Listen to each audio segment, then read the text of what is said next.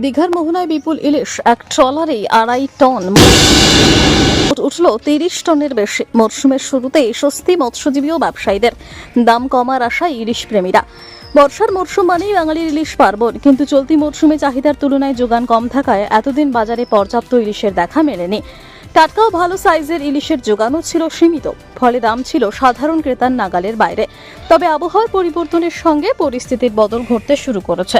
সমুদ্রে মাছ ধরতে পাড়ি দেওয়া ট্রলারগুলি ফিরতে শুরু করতেই দীঘার মোহনায় মিলছে বিপুল পরিমাণ ইলিশ। রবিবার সকালে মাছ ধরে দীঘার মোহনায় ফিরে আসে একটি ট্রলার। মৎস্যজীবীদের দাবি, ওই ট্রলারে প্রায় 2.5 টন ইলিশ রয়েছে। ছোট, মাঝারি ও বড় সব ধরনের ইলিশই ধরা পড়ছে জালে।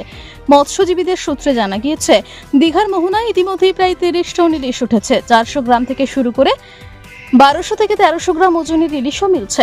স্থানীয় মৎস্যজীবীরা জানিয়েছেন, আবহাওয়ার পরিবর্তনের পর সমুদ্রে মাছ ধরার পরিস্থিতি কিছুটা অনুকূল হয়েছে, ফলে জালে প্রচুর ইলিশ ধরা পড়ছে। পাইকারি বাজারে 300 থেকে 900 গ্রাম ওজনের ইলিশ কেজি প্রতি প্রায় 400 টাকা থেকে 1200 টাকায় বিক্রি হচ্ছে।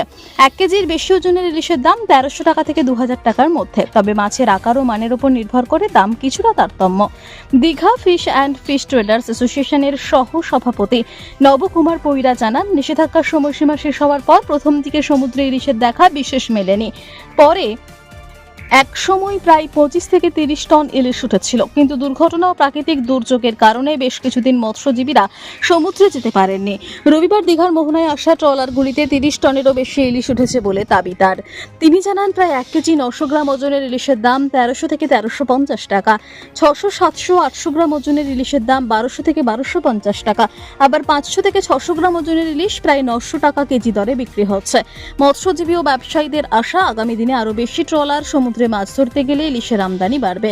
যোগান বাড়লে বাজারে ইলিশের দামও আরো কিছুটা কমতে পারে। দীঘার মোহনায় বিপুল পরিমাণ ইলিশ ওঠা ইতিমধ্যে খুশি হওয়া মৎস্যজীবী ও ব্যবসায়ী মহলে। একই সঙ্গে স্বস্তির আশায় রয়েছেন ইলিশ প্রেমী সাধারণ মানুষ।